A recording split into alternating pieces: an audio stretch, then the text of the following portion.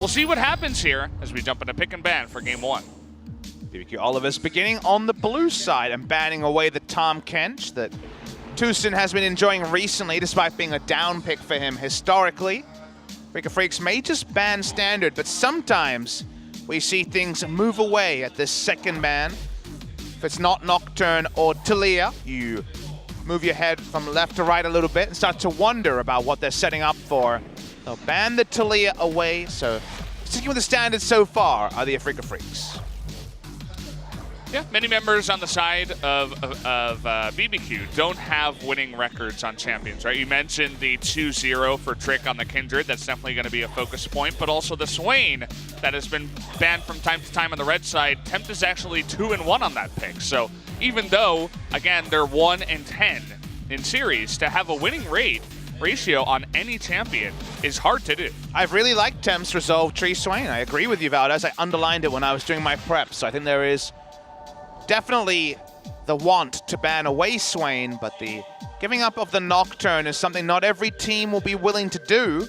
Afreeca Freecs are actually going to go and ban the Kindred, leave both open, and we'll see if they get the Swain or the Nocturne, because Spirit, a legendary Nocturne player, will end up trading himself up to the Nocturne.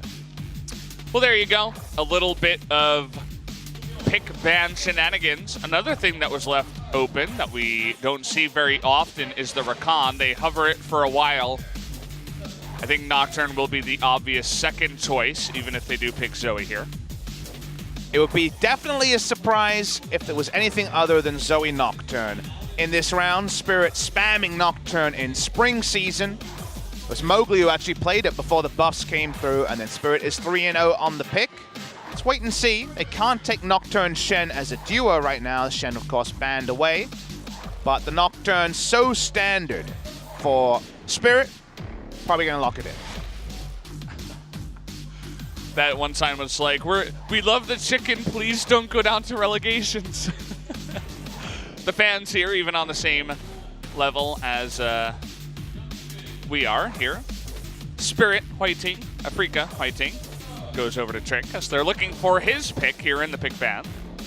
The Trundle has been a really good pick for Trick recently. Ooh. But we're going to see a Yasuo in the first round. A common flex pick for aiming in the bot lane, but this is probably going to be the mid lane Yasuo against the Zoe, as even Tempt is on with these hovers. We would be very surprised to see the Ivern in this spot, especially because Gragas Yasuo as a duo very often drafted together. Jinair did draft this duo for the mid lane, you'll remember, in a recent series, and it went awry, so hopefully this will be a better performance here from the side of bbq. With the Tahm Kench taken away, the Rakan is still that power pick for the Afreeca Freecs, and it will finally go for Tucson, and for the first time in a couple of weeks. It's hard for Tucson to get this pick. He's only played it twice, 1 win, 1 loss. But when he gets it, he looks really, really good. He has a history on the champion. Definitely one of the ones you want to ban away. Alistair was another one of those. He was hovering the two of them, decided on Rakan. Now we move on to the next banning phase. Trundle going to be taken away. A little bit of a smile from Trick, as maybe he's already decided on Jungle Gragas, and well, they're banning more junglers. I'm sure he's happy about that. A lot of flex picks on the side of bbq. Seeing these champions all in different lanes. As a big cheer for the bbq signs in the audience. And then some Chinese, and then bbq Whiting. Well, they seem hyped to be here Friday night, about 9 p.m. Korean Standard Time. We're kicking off as our first series went a little bit long. Right in the heart of Gangnam, around all the big clubs and other things around here. Some people loyal to their League of Legends on a Friday night. Oh yeah. Waiting for final ban from bbq. Expecting a bot laner from aiming, not necessarily a marksman. He does like to play a bit of everything, does aiming, whose Varus was a treat to watch last time out. Zyra Khan going to be denied away. Aiming, the other guy that shaved his head amongst, you know, off the rift issues, and although Yandu let a bunch of his hair grow back, I guess aiming kind of grew accustomed to the style. Thinking about a Talon when you have a Zoe. not going to happen. Going to switch to Galio, though, so maybe a little bit of a Zoe flex in the bottom lane. Zoe bot lane been something a lot of people have talked about. We have seen Kuro play it in the bot lane before, but now they have the Galio Rakan Nocturne engage. However, we're sitting here wondering where everyone's going. We know it's not a Zoe support because Rakan is on the lineup. Don't believe there's going to be any kind of funnel either, so trying to expect a last pick top lane like we mentioned for Keen. He wants to know who he's top laning against. The Jax that he dunked on is still available. Ignar always hovers the Blitzcrank. You already picked a support. Did they, though?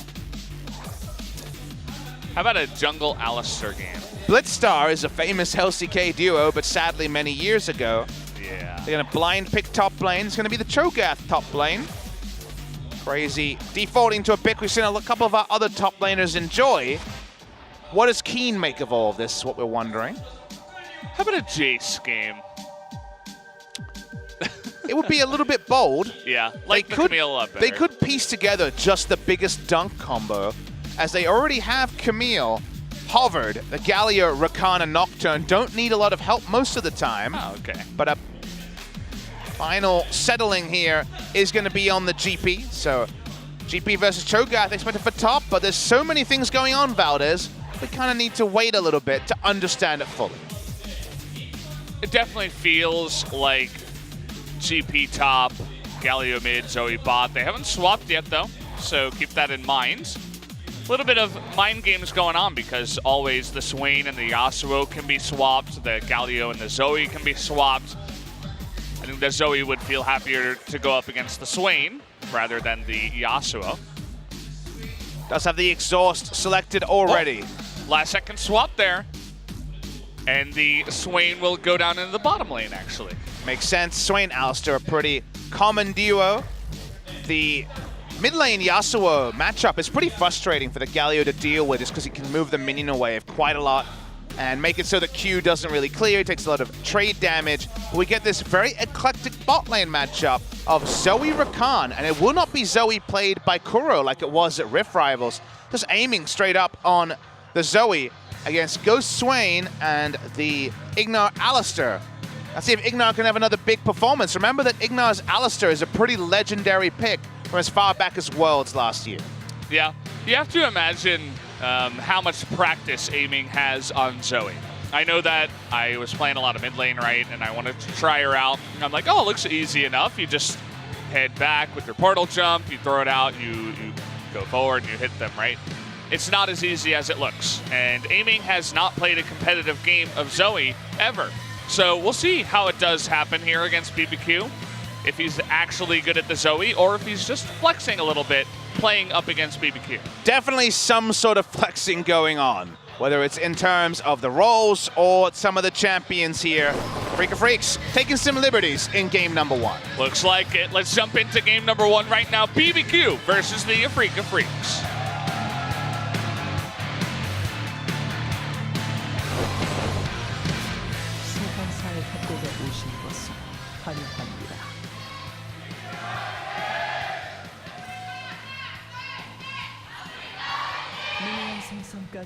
It almost felt like the bbq chant was louder, and I feel like there is some fun in coming down and voting for the biggest underdog in LCK and saying, hey, they have great chicken, they're a good sponsor, you know, they sponsor the LCK as well, even though they also sponsor the team. And then just saying, hey, let's come down and enjoy ourselves. And let's give them a bit of a fresh start. They are coming off a victory. Not everyone watches bbq games, and you joined in today and you say, why aren't they saying barbecue? They are the best of the best quality olive oil chicken company, hence bbq Olivers. Still fried chicken, but the olive oil is what they tout. Noticeably, Kuro has defaulted to his favorite skin, and not, in fact, the bbq Olivers Birdio skin. He doesn't want to style on them that hard. Sadly not. I would love for... Ignar just trolled his team pretty hard there. Listen, you know, as much as we talk about, you know, it's hard to avoid the, okay, BBQ's in last place. They're facing one of the best teams that was second place in the LCK last season, or last split. I would love BBQ to come in here and just 2-0 dunk Afreeca. That would be a lot more interesting than watching them just fall over and face plant. Well, they are against quite the wombo on the side of Afreeca Freecs, who've gone easy to execute and also Spirit on his ultra comfort of the Nocturne. So a work in progress on beating this comp. Definitely yeah, very straightforward one from the side of Afreeca. We saw the Nocturne GP be used to very great extent by Jinair in the first game of our first series. But, of course, once again, we're giving them a chance. Their adage, by the way, if you are new to BBQ, is we fry the game. I maintain that that's a negative rather than a positive. If you fry your game, that's not good, right? But if you fry your computer, it's fried. Exactly, it's terrible. Yeah. But maybe you're frying their game, because you're just saying the game, right? You're frying it, so you're frying their game. Okay, it's possible. Very convoluted, out there. But you know, I think you put more thought into it than the BBQ Oliver's I have organization. Thought about it, yeah. Korea has had some really bad mottos over the years. The current one for Seoul is, what is it? I soul you, right? Just let that sink in for a little bit.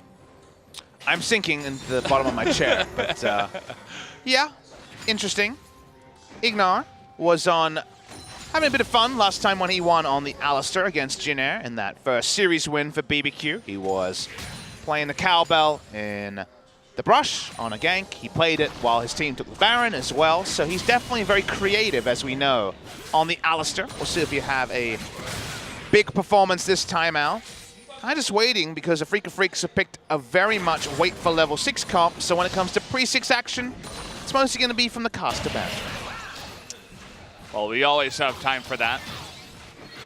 I remember Tempt, we used to talk this guy up so much. He was the one shining light on the side of BBQ, and they avoided relegations, right? They didn't have to go down there with MVP and Kongdu Monster. And I feel like part of that was on the backs of Temp's, you know, carry play. So I'm happy to see him back on something like the Yasuo. Although he hasn't really had much success on the Zoe or the Irelia, which are his two most played as well. I feel like the Yasuo can definitely, if it gets way out of hand, can carry a bit harder. So looking towards the mid lane to see if he can do exactly that. Not a lot of caveats for BBQ because they have been on the losing side so many times this season. I believe, what, 5 game wins now? Maybe 6? I forget, but it's between 5 or 6. As it's been a very lean season for BBQ Olivers. 5 game wins. I believe the lowest in LCK history when it's with 10 teams was 7. So looking to not be that statistic. And they have played the bottom teams twice now when it comes to their fellow low-ranked teams. So Afreeca Freecs is the new norm for the teams that BBQ will be facing, and a second match win looking tricky. The game wins, though, always possible.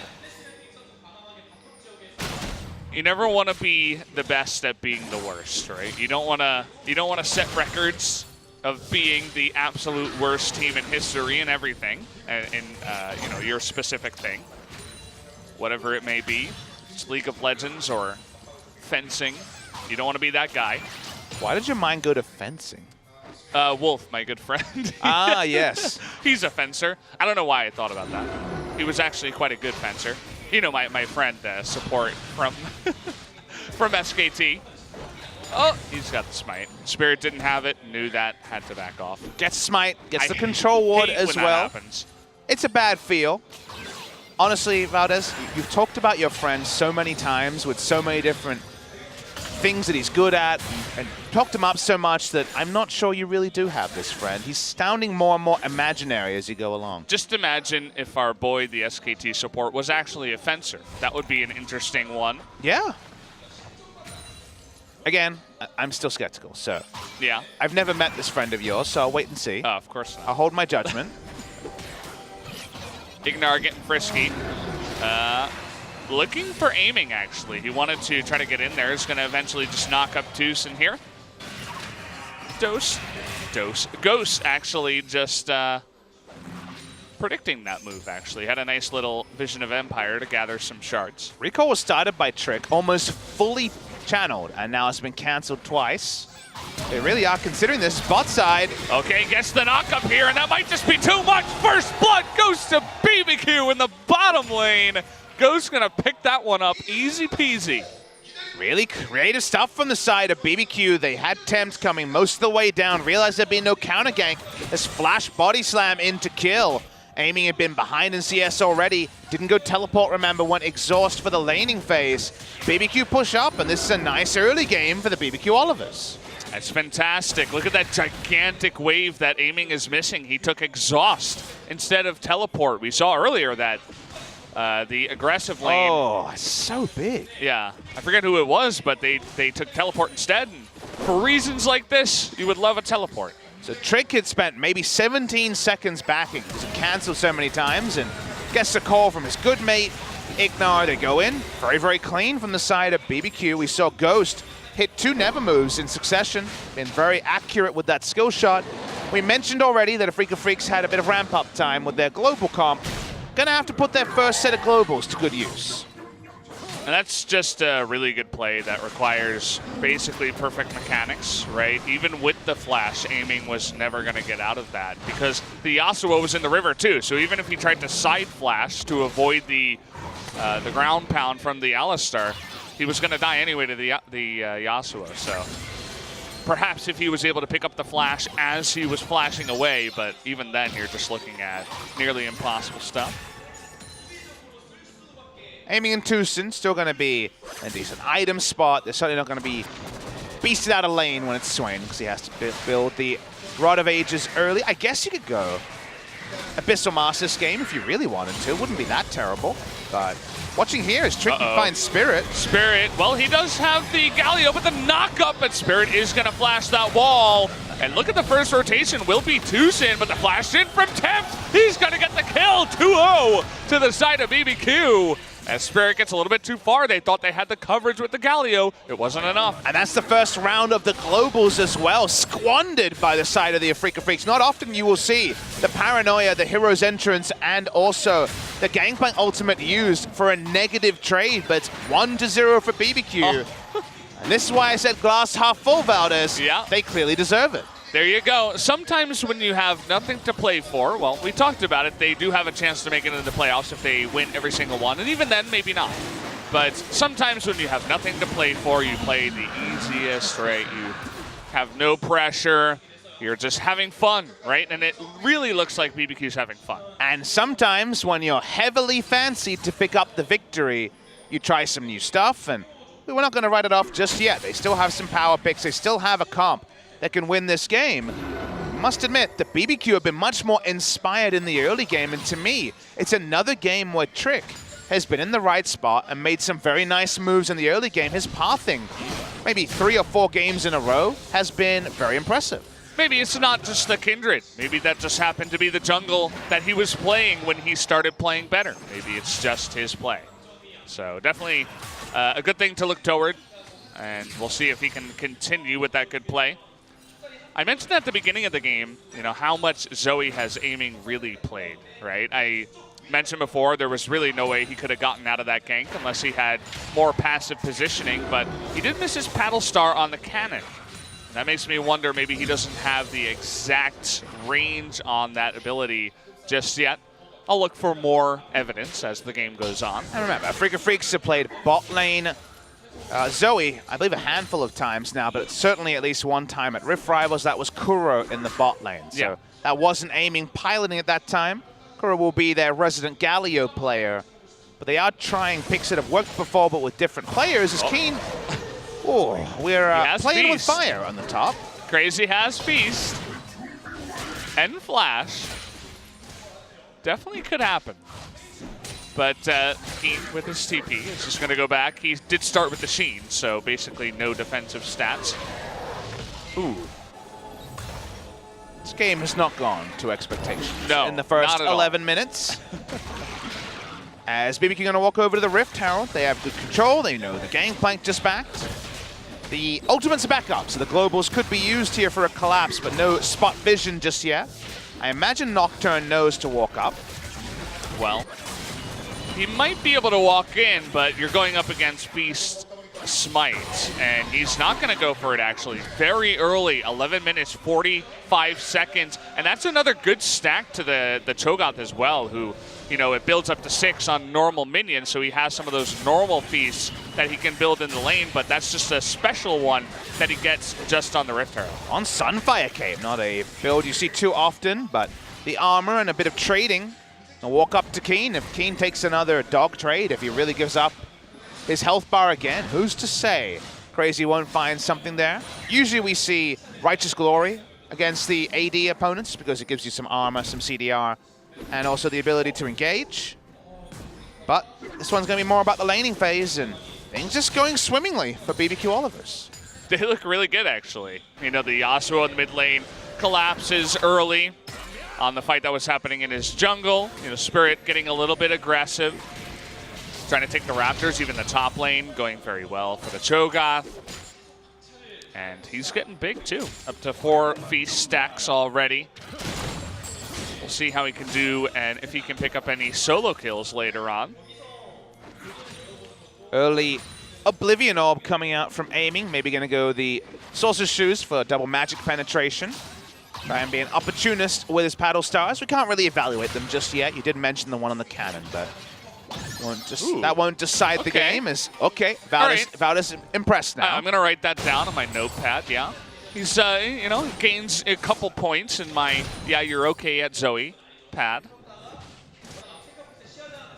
Tucson is watching on, wondering if he can interrupt a channel of the Rift Herald.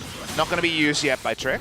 Oh, here it is. He could try to sacrifice his life for that, but it's not going to happen. Ignar steps forward and says, nuh-uh. Not going to happen. Not going to charge this one down just yet. Be a nice burst of damage, though. Anything to make the mid lane Galio more accountable. Making it a long lane in mid is always a dream against a Twisted Fate or a Galio or any of these global mid laners. bbq really controlling the tempo of this game. They have strong engage as well. And the reliable setup for the last breath. Free farm so far for the Gragas. Aiming does it again. Good trouble bubble. He's got that angle down. Only as good as your last trouble bubble, right, Valdez? Yeah, exactly. Only as good as your last ultimate. There's a lot of champions like that. Only as good as your last engage. We'll see if Spirit and Kuro can put something together that's a little bit better than the last time they did their combination. It is a little bit more situational because they don't have a Camille, so Flash is still going to be pretty useful against what Afreeca Freecs is putting out. Haven't been able to blow a summoner in a good long while here, have the Afreeca Freecs very passive in this game. Their scaling is quite good, not outrageous. We have no marksman in this game. I'd say the hardest scaling champion of all of them is a battle between the Yasuo and the Gangplank. I'd probably go on the side of the Yasuo just because more consistent damage in a fight. Yeah. I can go double lifesteal like we saw from Yukal for KT Rolster. Definitely like the Yasuo, would have to agree. But Afreeca Freecs do have this reliable triple global comp that can make things happen so strong in the mid game. We're about to crest on the mid game with no meaningful gold lead to the bbq Olivers. Only about 500 gold here. You have to wonder, where does the extra gold come from? It's mostly the Gangplank. Not much else in terms of the extra gold. I guess your jungler is a little bit ahead, but then all the other lanes are in the favor of bbq. You wonder why they're not farther ahead. It is the Gangplank. Interesting to see what they do with Yasuo as the game goes on. 1-3-1 very possible here. Yasuo does have a lot of chase pressure onto a Gangplank if that's the lane assignment we get. Doing this streak pretty quickly here, bbq Olivers, and you know, Afreeca Freecs definitely have to give this one up. They're okay with the Ocean Drake, but what about an Infernal? That Infernal next would be fantastic for your GP Nocturne, Zoe, even the Galio could benefit from that. And also 22 minutes is probably the time that Afreeca lower the white flag and say it's time to fight. Yeah. That's when their comp will be all together, as the farm hasn't been shut down to a significant degree. About 20 CS in the top lane, 13 CS in the mid lane. Yeah. The Gangplank, the thing I pointed to, Gangplank is about 400 gold ahead of the Cho'Gath right now. And sparing the blushes, yeah. kind of like you mentioned, because every lane is behind. About 15 CS or more. So good job, Gangplank. Turns out you're still pretty good at farming. Why isn't there a farmer Gangplank skin? I don't know. A farmer pilot doesn't really... Pirate doesn't really make too much sense. Really? We're going to go law appropriate only now? Yes. We have some pretty dumb skins in this game. Like, what, Corporate Mundo? It's a great skin. Yeah. I mean, doesn't really make sense, though, right? But if you're smart Is enough to be a monster gonna be on the doctor, phone? if you're smart enough to be a doctor, of course you can be a business executive. A doctor could be like, I guess, the leader of his hospital, right? Maybe he's the CEO of the hospital. It has been established that he's only a doctor because he says he's a doctor. Okay. And to be fair, Makes sense. if he came up to you and said he was a doctor, you wouldn't really be in a position to disagree. It's true. It's just like I call myself a League of Legends caster. Although, you know, we're not so sure just yet. I'd never go that far. We're still working on it, Papa. We'll see how that comes along. Well, Spirit really would love to use an ultimate, but it's not going to be comboed with the Cannon Barrage. That's going to be used on the top side. Making a bot side engage is probably more required for Tucson here. And they're now out of range of the Nocturnes. A good map read by bbq. Yeah, it's interesting, you know. It kind of looked like they were getting a little bit desperate in the bottom side. They're like, oh, we really want to engage here. This is the moment. But it was a good read, as you mentioned, from bbq. And these are not things that we can just write off, because bbq have not been the best at making map reads this season. Exactly. A team that only has 5 game wins, a couple of series into the second round robin. You don't need to explain that too much. So for them to double back off in bot as the red buff steal comes out shows an understanding of pressure that is coupled with their recent victory. And again, bbq Olivers, look, they may go on to lose this game, but what did I say during picks and bans? What was the realistic thing was, show us something. They definitely are. Yeah, it's really cool to see that they're actually ahead of Afreeca here, reaching the 20-minute mark very soon. It's not what I expected, that's for sure. And sometimes the very unexpected result is what eventually comes out, you know, for many reasons that we talked about before, you know, pressure and stuff like this. But it actually does look like bbq is just more knowledgeable. Maybe they've been putting more time into scrims. Maybe they picked up a new coach that you know, it's not necessarily public right now. There's a lot of different things that could happen. This might be their first pickup here, as the Swain is going to be engaged upon, but he does have his stopwatch, but 4-on-1. Not looking good right now for Ghost. Down he will go. The follow-up will come in from Ignar, but he wasn't there when he needed it most. bbq actually chasing to fight this. The Yasuo are going to get there very slowly. Could have got mid lane turret damage and maybe taken it down. That's where the macro lets them down a little bit. Sparing the blushes of Ghost was looking very unlikely in that scenario. That means if Afreeca just get a kill, they back away, they don't lose anything. Yeah, meanwhile, the stopwatch committed to there from Ghost. You have to wonder, you know, if you're getting 4-on-1s, maybe just don't even use the stopwatch. But hey, okay, we're gonna get the picture-in-picture. Spirit is probably gonna die here. You guys saw the top side. It looks like Spirit will actually be okay, but they do zone out the turret. But you can see in the replay, it was just a simple using the globals, 4-on-1ing, and the support wasn't there. Rotation a little bit slow. Good play from Afreeca. And the picture-in-picture, we noticed this turret go low. Probably should have been 2 turrets, though, Valdez, as we could see that mid lane turret was kind of at the mercy of the Yasuo, who made the decision to rotate over. And that's the sort of thing the coaches in the back will be noting down as a oversight that bbq has made in an otherwise very good early game. Looking at some of the jungle stats in the early game, heat map shows you that it's been pretty defensive jungle pathing from Nocturne, to no one's surprise. Nocturne not going to have too much pink spots on the blue side of the jungle. But Trick has once again been really good, and we saw his plays around the bot lane where they were able to get their first kill onto aiming. That was good work down there. We'll see as this game runs along. We mentioned how that Infernal Drake should be the moment where Afreeca says, okay, we're ready to go, we're ready to fight. And they do have the majority of their stuff up. I think the Hero's Entrance is going to be up here for Kuro by the time that does spawn. And everything else should be available, so wouldn't be half bad. Tempt is understanding his scenario. He's gone GA super early. Usually, if you play to this item, you're going to play it very aggressively. I think they missed that cannon. Whoops. Obviously, there's going to be a lot of CC and latent damage he's going to have to opt into, but GA this early implies they're ready to fight, and they're going to opt into some of these Heroes entrance plays, as you, of course, point out another creative choice. Yeah, the Titanic Hydra on the Cho'Gath is not really what you're used to seeing. Generally, you just build him as tanky as possible. You build off all of his health scaling and try to feast kill people while being just a big beefy meatball. He's going to push real fast. That's the thing, right? He picks up that for the lane, not necessarily going for the pick in the team fight, being tanky. But look at this. We were talking about the Infernal Drake, and Afreeca just decided to give it away because they're not confident to go for the fight. They have double control ward down. They're not wanting to roll all in on the Nocturne Galio GP combo. This combo is so much of their mid game, so they're trying to be judicious when they use it, but they're giving away objectives for free as a result. Okay, we do have the engage here. It's going to be quite nice onto the Cho'Gath at least. Looking for the backline. They're looking for the Gragas, but he lives forever. Going for the tank is not the pick you want. Immediately, Keen is going to orange his way out of the CC, but a bit of a wonky fight there as the targets weren't necessarily acquired.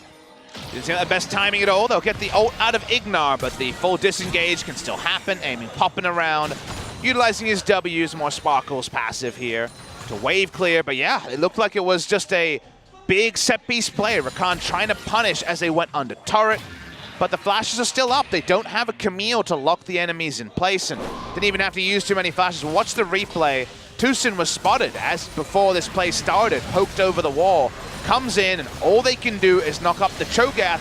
Nocturne dives in, and remember, just like when we criticize Mundo versus no backline, unless they're going for a wombo on one person, there's no real backline of bbq for the Nocturne to dive on. Certainly not the Yasuo with the Snowball Guardian Angel. Choose your champion that you want to dive on. Is it going to be the Zhonya Swain, the GA Yasuo, the tanky jungle Gragas, or perhaps the two tankiest members on the lineup, your top and support? I think it's definitely a good read, taking the Swain and then just drafting super tanky up against the Nocturne. I feel like we've seen it before, and it certainly does work out really, really well.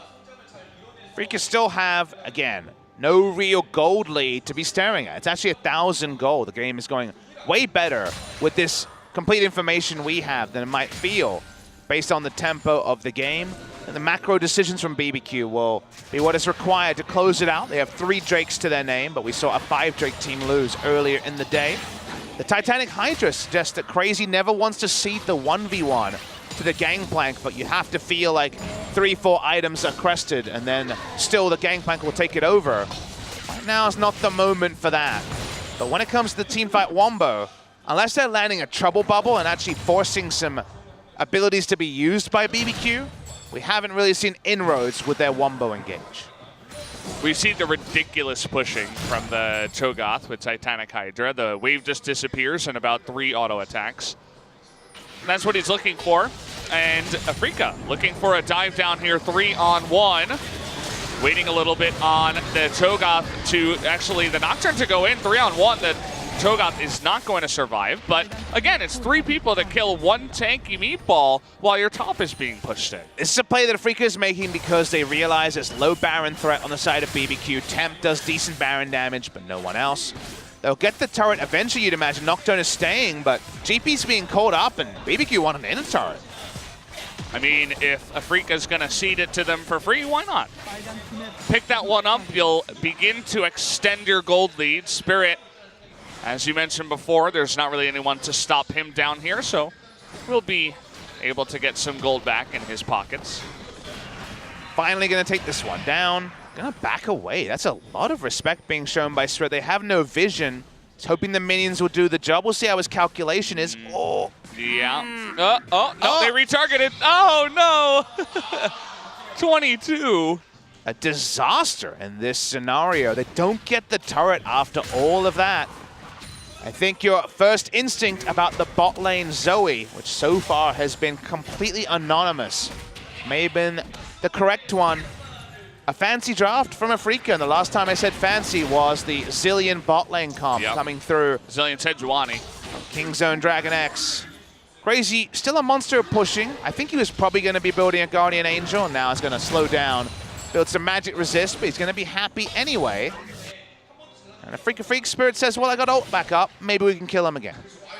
I mean, diving into a 5v5 team is not so good when you look at bbq's comp, but maybe just 2v1ing the Cho'Gath and slowly building up kill gold for either you or your main carry. The Gangplank is not so bad. Joaquin is going to back off, finish the Lord Dominic's, finishes his third item, and you always did mention the gold lead. It hasn't been too big, but I would love to see Gangplank's gold at this point. Should be massive.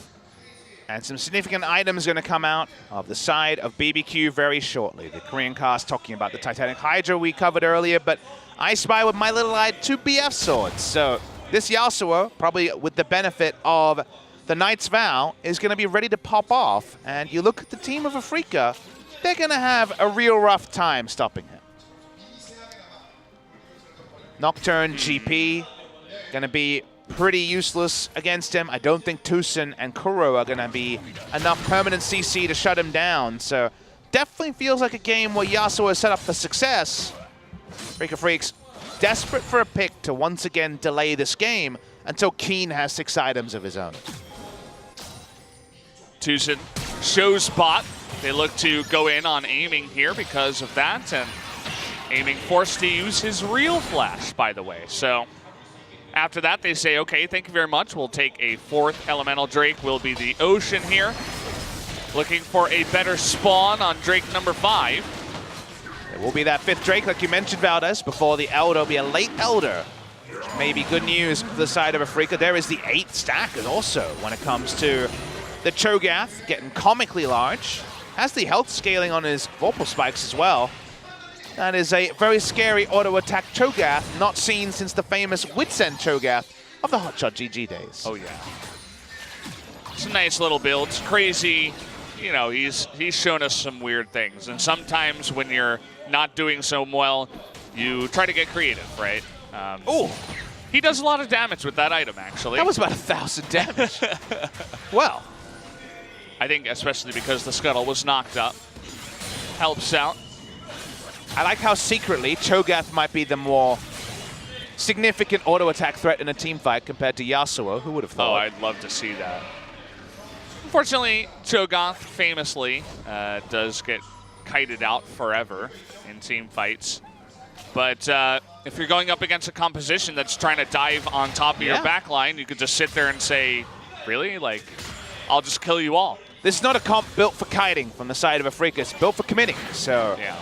You'd imagine Nocturne and Galio are going to be in melee range of the Cho'Gath at some point this game. Afreeca can really only say, well, we have better fundamentals than the enemy team. Yeah. We're not far behind in gold by a significant amount, but they are already praying for a mistake from the lowest ranked team in the LCK, who only a couple of days ago had no match wins, which lets you know this game has definitely gone sideways. Yeah, you were talking about auto-attacking a Nocturne or a Galio. Just imagine if the Nocturne tries to ult in. Again, he doesn't have GA or anything like that. You just auto-attack him twice and feast him. We may not have to imagine. I don't think he has enough damage to kill the Cho'Gath before the Cho'Gath kills him. You got to be careful there, Spirit. I'm not sure about that. I've decided I don't want to imagine it. I want to see it. Yeah, let's do it. Come on, you got vision.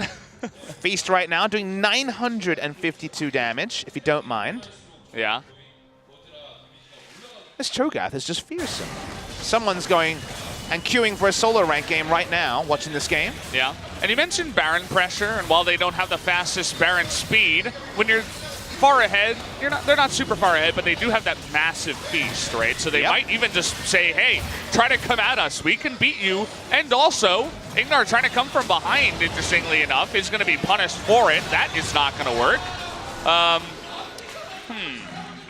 That is an Ignar special, but this time, Afreeca Freecs, they've watched the same VODs we have. They've seen him look for the flank many a time. He was looking to get them as they face-check the Baron. Afreeca not interested in that. They pull away. And that does delay the Baron take by bbq. You know, they could have just stayed on the Baron, and they could have just feasted it, not taken the 50-50. The Afreeca Freecs would have had to fight into them, they probably would have lost the team fight. bbq's so tanky, nobody's taking so much damage, right? It would have been so easy, but then instead they decide to be tricky, they decide to be a little bit fancy, and they try to go for the flank, and it does not work out. I hope they keep on the Baron, though. Some teams will get dissuaded by a play like that. I agree with you, Valdez, because the only reason bbq doesn't try to finish the Baron is, well, we're so far ahead, we could lose the game from this, but when you consider the amount of secure range, you can just put a number together, a number near 2,000, and say, just press your button at this point, and you'll get it. So I think many teams here will try to finish the Baron. It's probably the wrong reason to pull away out of fear. Yeah, I mean, you got Ignar now in the pit, so if anyone wants to come in, you at least have your Alistair to do some disengage, to knock people up, to keep them away from the Baron, so it's not a 50-50. It's going to get low, and it goes over to Tucson! What the hell am I watching? They get the knock-up in the backline, too, with Kuro, and now he might just be able to kill this entire team. ZA coming in from Tempt, he's trying to go 1v3, but they take him out. An unbelievable Ghost is able to stay alive in the pit, and the Cho'Gath is turning this around in a big way. Secret OP Cho'Gath is coming through and actually wins the fight for them. But it doesn't win them the Baron, Valdez. Even though everything was set up for them to get it, we're going to have to see the order. It fell to 900 health, and of all people, Unsealed Spellbook Tucson is the one to pick it up, ostensibly with a smite. We didn't catch it. Here's the replay. Let's try to order this. All happens very quickly. Baron at 2,000 health comes in, and look who swoops by. It's even before the Spirit can get there on the Nocturne. Opportunistic play from Tucson. He's done it before on this Unsealed Spellbook support.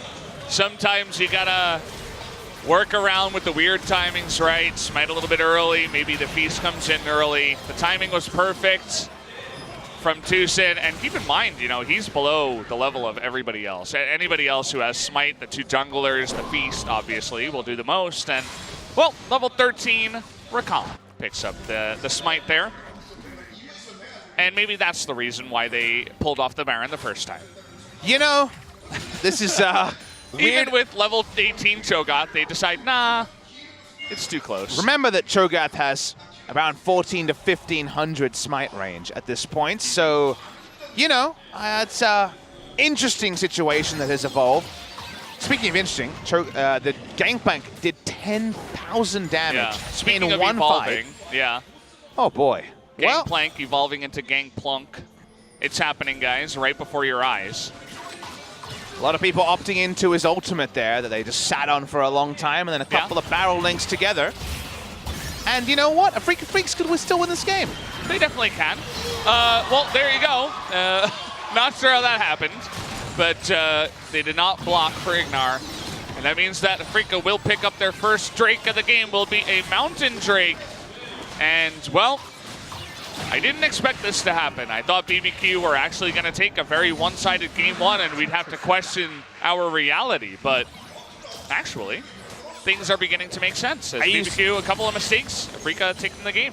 Are you saying you don't question the reality? If you tried to tell someone the tale of the tape in this game, they wouldn't believe you, as it's just been the craziest 35 minutes that Expectation could ever deliver.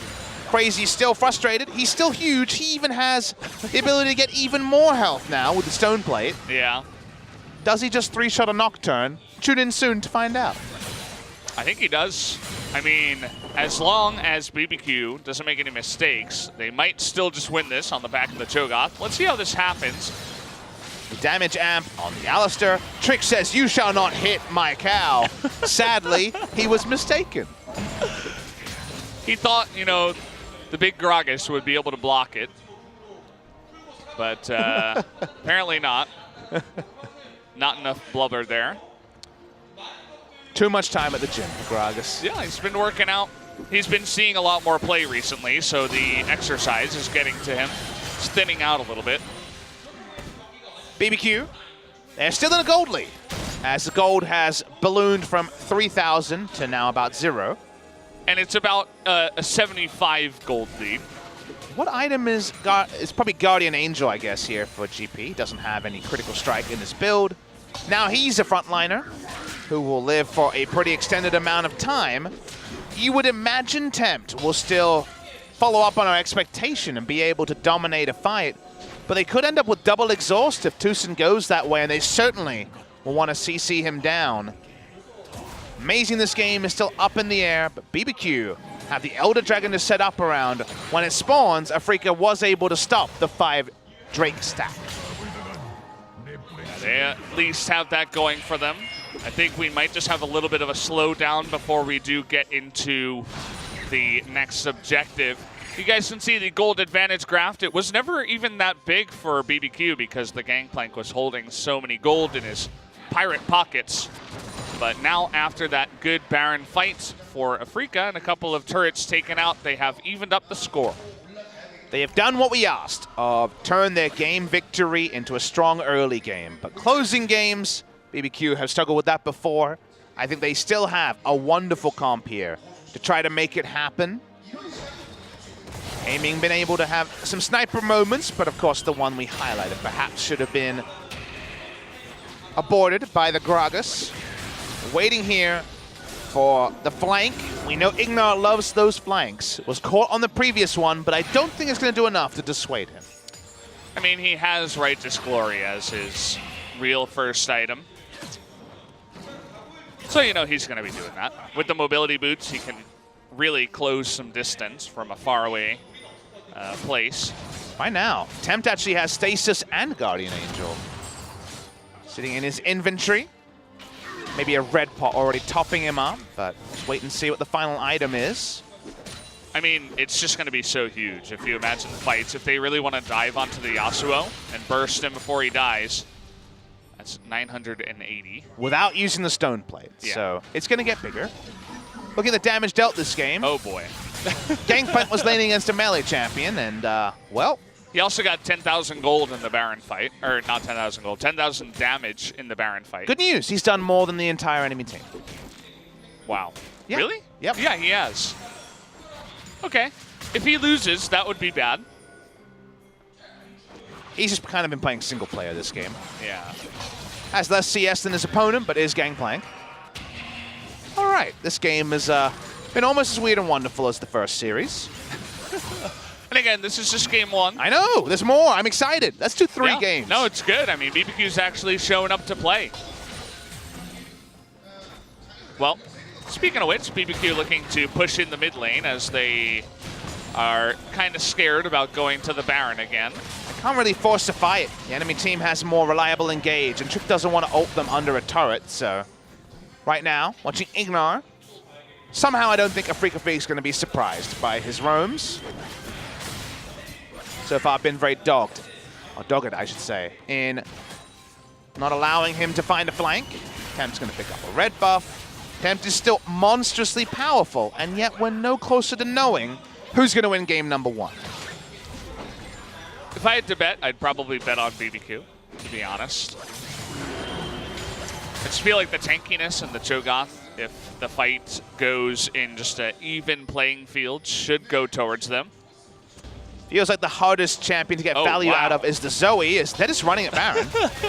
They just decided now's the time. We gotta go now. Can Tucson do it again is the question we have to ask. No control ward. Oh, there is one control ward, actually. They get on top of the Tucson there. Will the piece come in this time? Yes, it will, finally. And Spirit is just going to die here on the backside. He does have his Guardian Angel, but no way for him to get out. And finally, bbq put the cards together to get the Baron and the kill. This time, Tucson had already swapped to a second exhaust, so wasn't able to have a smite to potentially look for the engage.